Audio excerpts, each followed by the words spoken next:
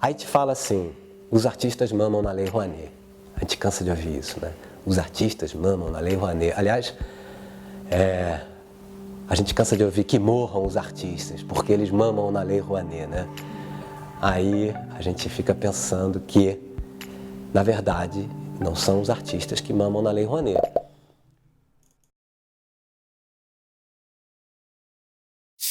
Eu sou Gustavo Guensburger, sou ator, artista de teatro, diretor, produtor, faço tudo em teatro há 34 anos. E agora também, mais recentemente, sou pesquisador de teatro. Estou terminando um pós-doutorado no PPGAC da Unirio com uma bolsa da FAPERJ.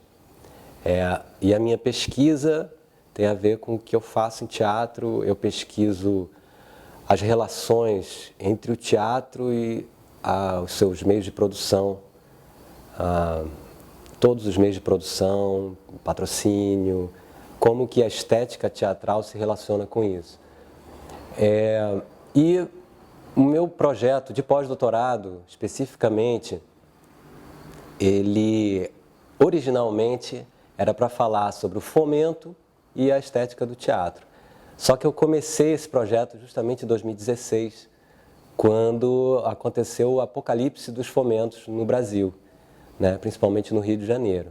A gente começou ali, teve um calote da prefeitura, do edital de fomento, e a partir dali foi um dominó, né? Todos os fomentos foram acabando, então a minha pesquisa teve que se modificar também. E eu tive que pesquisar, então, não mais o teatro e o fomento, mas o teatro e o fim do fomento. Como é que o teatro iria se relacionar com isso, né? Então, são muitos aspectos, e hoje aqui eu vou falar exatamente de um dos aspectos, que é a dependência que o teatro foi criando de uma lógica do incentivo fiscal, né? Que começa em na década de 80 e se fixa a partir do paradigma da Lei Rouanet, que é a nossa lei que até hoje funciona, né? Que foi criada em 1991, ainda no governo Collor, e que hoje ainda funciona como uma das forças maiores de impulsionamento da cultura e também do teatro, e que também não só ela funciona, como ela serviu de paradigma para muitas outras leis de incentivo, estaduais, municipais. Então, a gente precisa entender primeiro a origem disso, né? Por que lei de incentivo fiscal, né? Lei de incentivo à cultura? A Lei Rouanet, a Lei Sarney é a primeira, né? E foi criada por pessoas muito interessantes até, e tinha uma vontade muito interessante. Celso Furtado estava nessa criação da Lei Sarney, né? Que é a ideia de, então, você está terminando ali a ditadura e você tem uma crise econômica, o Estado não tem dinheiro, mas sabe-se que é muito necessário investir em cultura. Então, o que vai se fazer? Vamos pedir para a sociedade civil participar, né? E isso é a ideia de qualquer lei de incentivo fiscal. Você chama a sociedade para participar. O que você faz para chamar a sociedade é que vai determinar os problemas e as vantagens dessa legislação, dessa política, né? Então, a Lei Sarney teve muitos problemas, ainda na década de 80, muitos problemas de corrupção, né? Isso era muito forte nesse momento, a gente não tinha meios de controle ainda. Você tinha uma bancada também de deputados que modificaram a lei de forma a ela facilitar determinados acordos. Então, ela caiu em desgraça uma certa hora. Mas, quando você chega no governo Collor, você está vindo com aquela força do neoliberalismo, né? E você tem uma outra coisa também nesse período, que eu esqueci de falar, mas é muito importante, né? Ninguém gostava do Estado. Hoje em dia, você tem a direita ou os liberais que odeiam o Estado, querem vender todas as estatais e tal. Mas, normalmente, a esquerda, né, ou um pessoal assim, mais progressista ou enfim, até gente que seja mais, que gosta do investimento do Estado, né, acha que o Estado tem que participar, principalmente da cultura. Naquela época, não. No fim da ditadura, todo mundo tinha medo do Estado. A esquerda vinha de uma experiência onde o Estado era opressor, o Estado era censurava. Então todo mundo tinha medo da escolha que o Estado faria. Então ninguém queria colocar a decisão do investimento em cultura na mão do Estado, nem a esquerda, nem a direita. Daí essa importância de ter uma lei de incentivo naquele momento, onde você botaria a decisão na mão da sociedade civil. E isso acontece mais fortemente em 1991, com a criação da Lei Rouanet, que é uma invenção, entre aspas, do Sérgio Paulo Rouanet, que era o nosso secretário de Cultura, não era ministro. Ele se baseia no modelo americano, em que você desconta um percentual do imposto de uma empresa que queira patrocinar um projeto. É simples, né? E esse percentual era um percentual bem razoável, era 30%, era até 30% e tal. E nos primeiros anos da Lei Rouanet não tem muito interesse. O empresariado brasileiro não entendia e continua sem entender, agora menos ainda, a importância de se investir no bem comum, de uma forma geral. E na cultura mais ainda, né? Então, isso demorou muito para vingar. Algumas empresas que já patrocinavam começaram a usar a lei, como a Shell, na época, né? E outras empresas que já patrocinavam, o Banco do Brasil, começaram a usar a lei para diminuir para poder dividir com o Estado aquele seu custo. Mas a lei demorou muito para pegar. Só que, no período Collor, houve também o desmonte do cinema brasileiro. E então, o que aconteceu? O Collor acabou com a Embrafilme como forma de vingança contra os cineastas que não o apoiaram na campanha. Isso, depois que o Collor sai, fica um buraco ali, quer dizer, durante o governo Collor começa um buraco de anos sem um longa-metragem sendo produzido no Brasil, sem nenhum, né? Então há uma demanda da sociedade, principalmente do lobby do cinema, né, dos produtores e tudo, por políticas para o cinema. Então cria-se uma lei de incentivo que é uma verdadeira assim, mãe do cinema. Empresas que patrocinavam, entravam como sócios dos filmes. Então, se a empresa desse 100 mil reais, o filme fazendo sucesso ou não, no final a empresa recebia de volta 130 mil reais e ainda aparecia como patrocinadora. Então ela tinha lucro com aquilo, né? No começo era assim, depois isso foi zerando, né? Até hoje a empresa não gasta nada. Mas o que aconteceu com a Lei Rouanet? Nós do teatro e pessoas de outras áreas falaram, bom, se o cinema pode, a gente também pode. Então, em 1997, começa a segunda fase da Lei Rouanet, que é o que nos levou a hoje, que é a lógica que perdura até hoje, que são os 100% de desconto. Ou seja, uma empresa paga o patrocínio e depois ela desconta 100% daquele patrocínio do seu imposto de renda. Isso significa que a empresa escolhe um projeto cultural e nós, contribuintes, pagamos todo o custo de qualquer projeto cultural, né? O Estado paga, na verdade, nós pagamos com o nosso imposto, mas quem escolhe é a empresa. Isso tem um problema, vários problemas, né? Primeiro que essas empresas, elas são as empresas que atuam com lucro real. É uma forma de pagamento de imposto de empresas maiores, de empresas ricas, de empresas grandes. Então aí você já delimita que 2% das empresas do Brasil é que vão poder usar a Lei Rouanet. São só 2% que usam lucro real. Das maiores empresas, das empresas mais ricas. Então isso já delimita um caráter muito elitista para a Lei Rouanet, né? Esse é um dos problemas principais, talvez. Daí decorrem vários outros, né? A Lei Rouanet é uma lei que, por causa desse elitismo, é também uma lei racista. É uma lei onde os projetos são feitos para brancos, por brancos e escolhidos por departamentos de marketing normalmente brancos, né? E vários outros problemas, que aí é difícil até enumerar de lá para cá que a gente foi tendo. Talvez o maior deles seja que, com o tempo, o empresariado brasileiro, que estava começando a se acostumar com a ideia de, assim como nos Estados Unidos, investir em cultura, passou a não precisar mais botar dinheiro na cultura. Então, nesses últimos 30 anos, o que houve foi um desincentivo ao investimento em cultura, né? Hoje em dia, um empresário não pensa em colocar dinheiro mais. Vai usar uma lei. Tem lei para isso. Para que ele vai botar, né?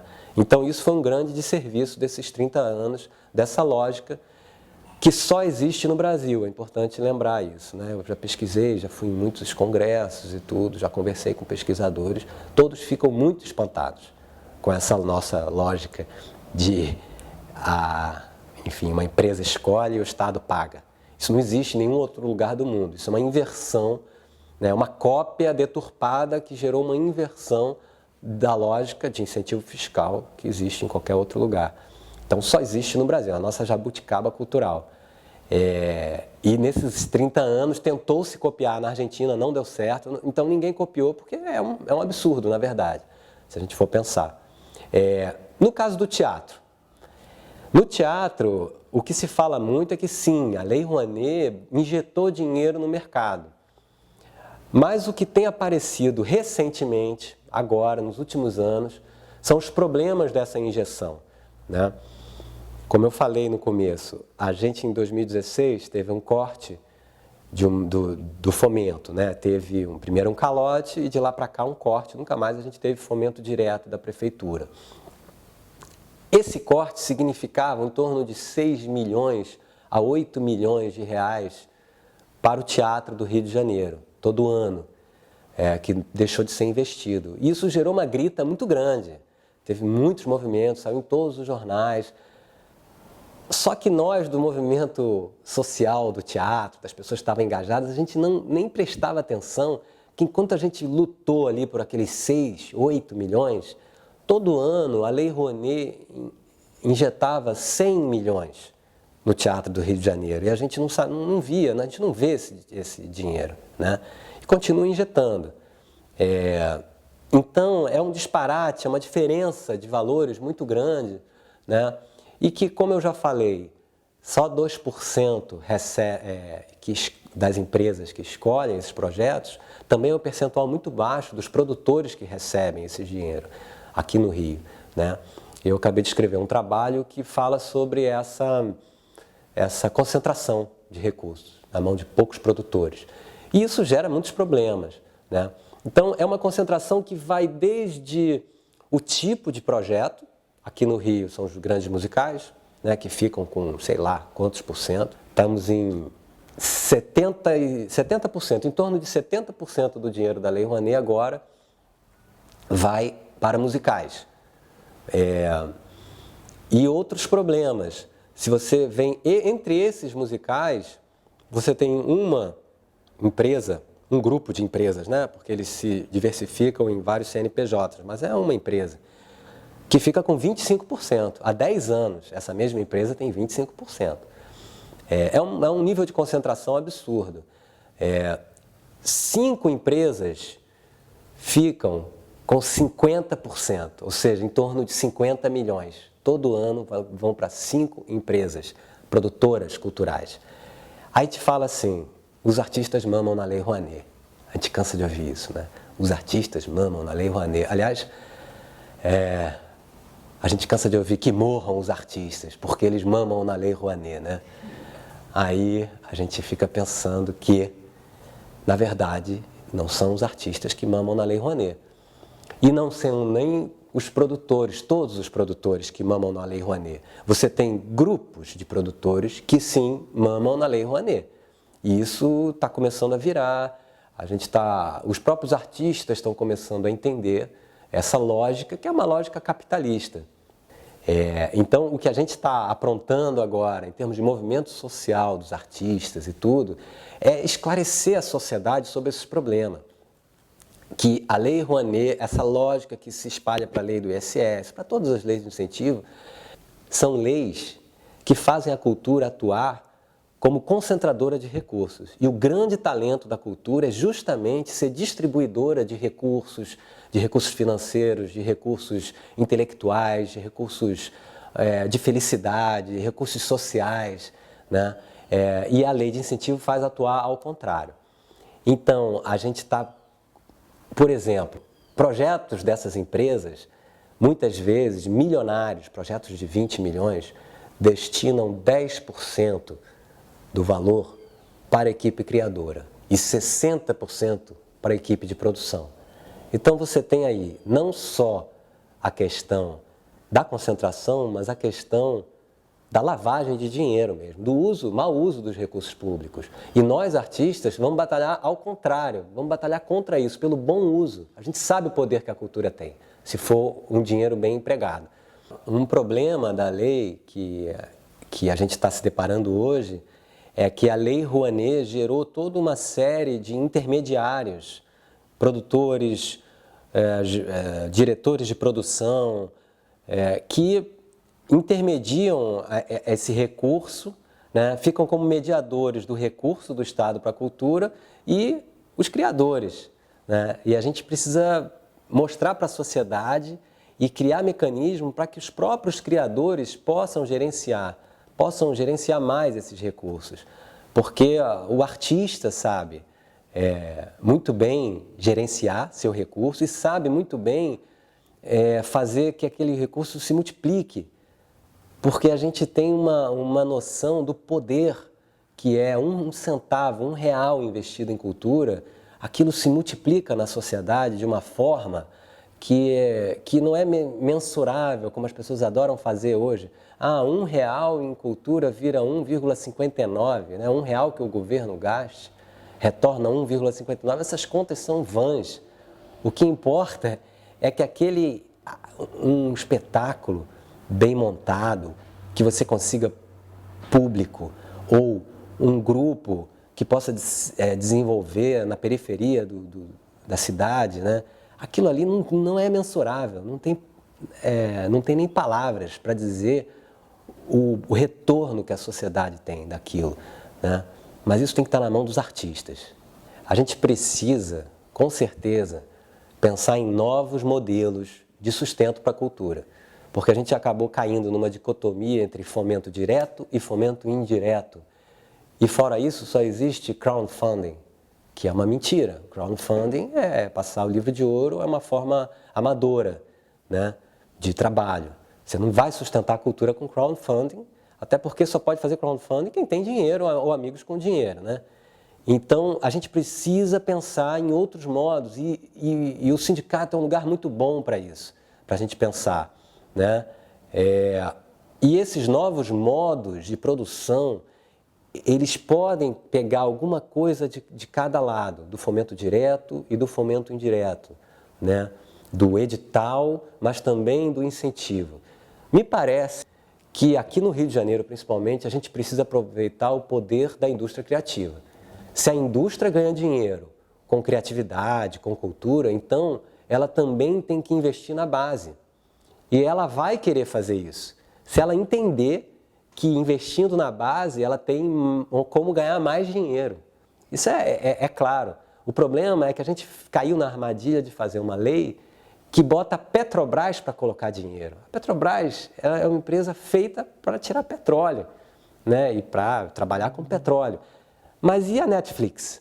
A Netflix precisa de uma cadeia cultural. Ela precisa de artistas que venham da periferia. Ela precisa de toda uma cadeia e um mercado cultural pulsante para que ela possa fazer um produto de qualidade e ganhar dinheiro com isso.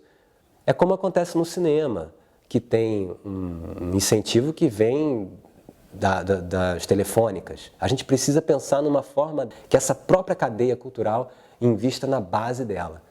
Então, acho que a Netflix tem que investir nos grupos de periferia, ou algo assim.